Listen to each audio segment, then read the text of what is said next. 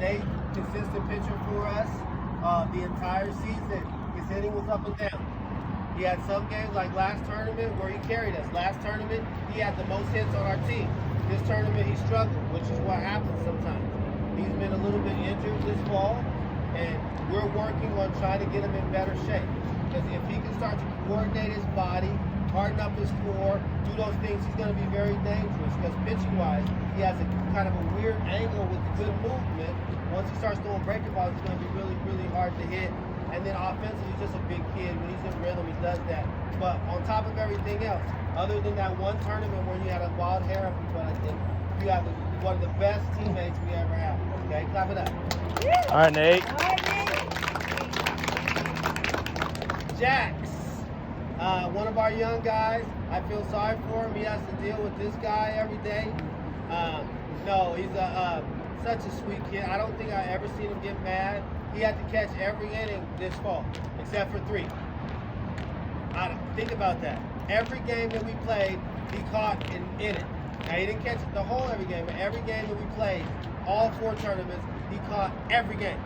And so that tells you what you need to know about his toughness. Even when he gets hit with balls, or yesterday he kind of slipped a little bit, different things like that. And if you notice, he ended up batting 4th for us this tournament because he was consistent with the bat. Just a great kid, awesome family. Great job, Jax. All right, Jax. Colby. This kid's gonna be good, but the bad thing is he already knows that. So he kind of has that little thing, you call it, like people call it the thing, the it factor, whatever it is, electricity, all that. I think he's got a chance to be really good, both on the mound, in the infield, if he comes and gets the ball and stops letting it way back, rely on his arm. And then offensively, when he swings and strikes, he's one of the best hitters we have, no matter his age. And like I said, he always has that look like he knows something that we don't. And that's a really, really good thing for a coach to be able to have. So that's Colby right there. All right, Colby. Then we got Griff. So he wins it's close, but he wins the best hair and best stirrup awards. Nate's close, but the combo between the stirrups and the hair is kind of really, really cool. He's a jack of all trades. Like, we didn't have to have him pitch that much for us this fall, but last year, with the Steamboat, he ended up being one of our best pitchers because nobody else can pitch at elevation. And this year, let's see, he's played second, short, third, left, right, center. I think he played every position on the field besides first and catcher for us, and he batted top, bottom of the lineup. And he's the one that hit the ball too hard today. He hit the ball so hard that we got that force play at second. So great kid. Once he stops swinging at high pitches, he might be all right. Okay, Griffen. All right, Griff. Oh, and I talk about the effort he laid out. I told our outfielders we're not playing on Twin Creeks now, layout. And I know he didn't catch it, but that was the first full body layout that I saw from these guys, and I was really, really excited about that. So clap it up again. All right, Griff. Cooper. He's come a long way. I used to want to wring his neck every time he got on the field because he was hard on himself before the play was even done. He would put his head down, he would turn red, he would fire, all kinds of stuff. Fire would come out of his ears and everything. So based on his effort, not mine, he's come full circle. He's come full circle. Yesterday he was pitching and we made 2 errors. Normally that would send him over the fence, but he stayed with it and he came through and he pitched really, really well. He's batted in the top of the lineup for us the entire season. First, second, third. Always puts us on play. If he doesn't, he walks. Great base runner and a really, really good outfielder. And he carries this notebook with him with all of his baseball stuff. And by the time he gets 50, it's going to be this big. But, you know, along the way, that tells me that he cares. And the fact that he cares goes a long, long way, and that's Cooper. All right, Coop. All right. Are you 10 yet, or are you still 9? He's still 9. So the way it works, we had a bunch of players on the roster, and just the way it works, he got to play a lot. He wasn't supposed to play in any tournament. He was just supposed to be a practice player, get better, hang out with his brother, carpool, so he can make it easy. But he showed flashes. He put the ball in play. He made some nice plays in the outfield. He run bases for us. And like I can just imagine him against his own age. Playing 3 years up is very, very hard. Especially 9 to 12, because each of these years develop many bigger. Like we'll face 12-year-olds with beards and mustaches, right? And so for him to come out and not be afraid to help the team, I know he didn't play today, but he got a lot of at-bats, a lot of experience. When he gets back against his own age, he's going to be a beast. I still don't know what his voice sounds like, and that's Theo. All right, Theo. Heath, he's another one where I kind of wanted to just kick him because he had this down sit. He's just down on himself all the time, like down. He's walking around like he doesn't understand that he's big, strong, fast. Got a good arm and a good swing. When he understands that and he does that, like a couple tournaments ago, he was one of our best hitters, hitting balls over the left fielder's head, doing that. And then yesterday, he came in and got 3 pitches, 3 outs for us, and then came in the next inning and got to another 6 pitches, 6 outs. And so, like, he's so much better than he believes. When you believe in yourself, you are an amazing player. But you can't. I can't fake confidence for you. Teammates can't fake. You got to believe in yourself. And when you do, it's a great thing. Such a nice and sweet kid, but it's okay to have a little bit of bulldog in you. That's Heath. All right, Heath. Walking wounded. Hey, Leo. Can you walk for me? I'm just joking. I've had the pleasure of teaching Leo for 3 years of PE, right? So he was at my school when I was doing that. So I already knew he was a really good athlete. I already knew I was going to recruit him to play for my travel ball team because every time we did our baseball unit, and to have him there to see his progression, he came to us from the Bombers where they didn't realize how good he was, and each day, each week, each month, he became more valuable, more valuable. Lockdown second baseman, good pitcher throwing strikes, and great base runner with good speed when he can run. Okay, each week, each tournament, he's tried to help us. He's been hurt with the thumb. He tried to help us. He got our only RBI in the first game. This tournament, he got our first RBI with a hurt wrist and thumb, and then he hurt his back and all this, or his leg, whatever's hurt. It's just one of those things where, had he been healthy, he would have been the top of our lineup, playing all that. But he shows up every time. He's a great teammate. Never has to be told to get foul balls. Never has to be told to get his hand out of the stands.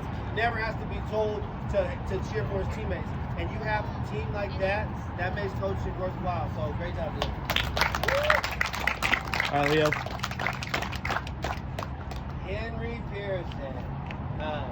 He's our ace. He's a great pitcher, great shortstop. Got 2 hits today, both pulled. Like, I can't believe it. On a fastball and a curveball. We've been working on trying to get him to pull the ball. Long story short, he's getting there. But the way that he pitches, I didn't start in the first game because I was going to save him for the #1 seed or whatever. But he gives us a chance every time. He feels his position. He throws multiple pitches for strikes. He's down in the zone, and he's got probably, and take this the wrong way, he's got probably the best baseball mind on the team. Like, he's played the game. He got to announce his favorite player on his birthday at the A's game. Like, that's how much. Now, he missed the tournament for that, but he got to spend that. No, I'm serious. That's the kind of dedication he has to the sport of baseball. Okay? He's the guy when we were at Steamboat, our team had already lost. He's coming up and wants to go watch the older kids. So it's something that can't be taught. It comes from inside. He's going to get faster, because that's what we got to do. He's going to get more coordinated and all that stuff. But right now, I'll take 12 Henry Pearson. He's a great player. So, Henry. Kanon, he's another one where he doesn't show you his cards. That means you don't know what's going on. Whether he hits a double or whether he strikes out, he's even killed. That's the kind of attitude you need for baseball, right? You can't be too high, too low. Played some really, really good outfield for us. He ran the bases well. He swung the bat well. He's one of those guys where as he gets older and stronger, he's going to do a lot of damage. And the best part about him, like I said, he does it all with a smile on his face. Whether he's happy, mad, or sad, he has this smile on his face, and that goes a long way. He's going to be a super athlete, super bouncy. Bouncy, walks on his toes, one of the better athletes we have on our team, and also a lot of fun to be around. That's Kanon. Lorence, talk about coming a long way. I know he gets disappointed. People expect things of him. When I met him, he couldn't catch the ball. I'll be honest. He would drop 4 or 5 balls a game, right? And now he's diving. Now he's scooping. Now he's stepping off, tagging the base, covering bunts, turning double plays, doing all the things that he needs to do. And all the while, although he thinks he's not doing well offensively, he led our team in hitting this season. He led our team in hitting this season by far, had the most hits on our team and the most RBIs. He's gonna be good. He works at it more than any of these guys. Every day he's working in the cage. Every day he's trying to get better. And so that desire will come as he gets more coordinated, as he gets more games played. He's going to be really, really hard to deal with. That's Lorence. All right, Lorence. And that's it. There's nobody else sitting by Lorence. I'm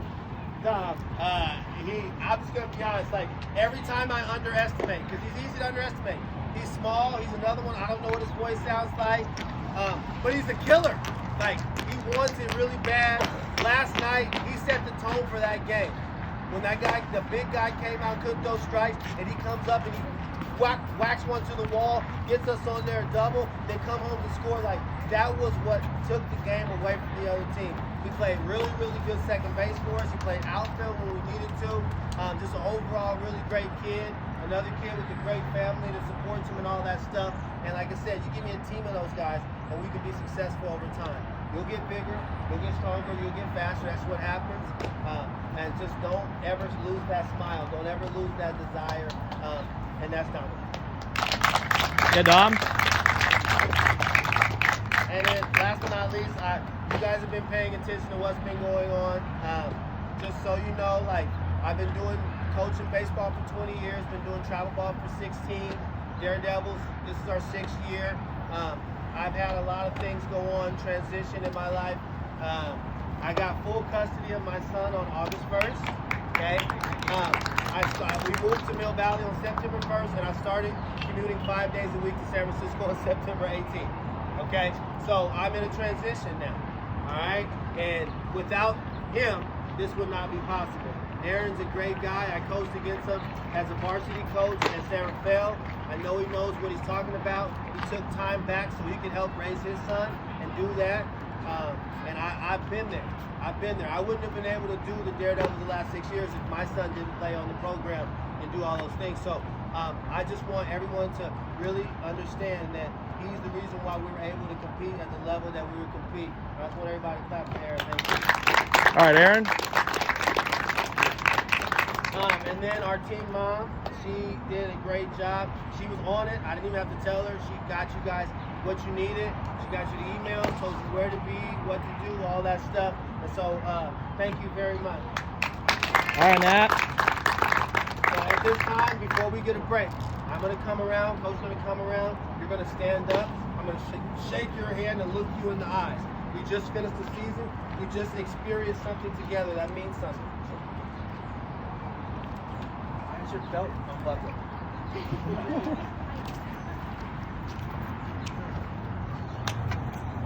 Hey, you don't stand.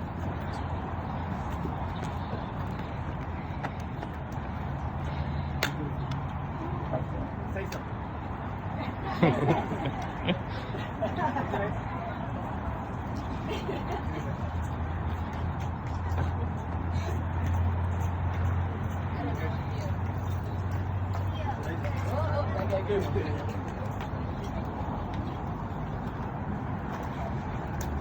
All right, let's get one last break, guys. This is from all the parents and family. We just want to say thank you very much for giving our boys the opportunity to play travel ball. Thank you, Will. All right, let's get one. Oh, I don't know. I don't care about Game Changer, but thank you, Casey.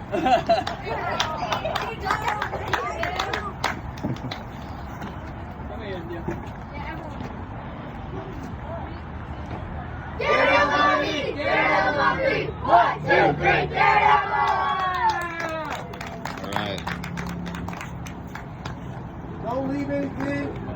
y'all whip. Oh, there you go.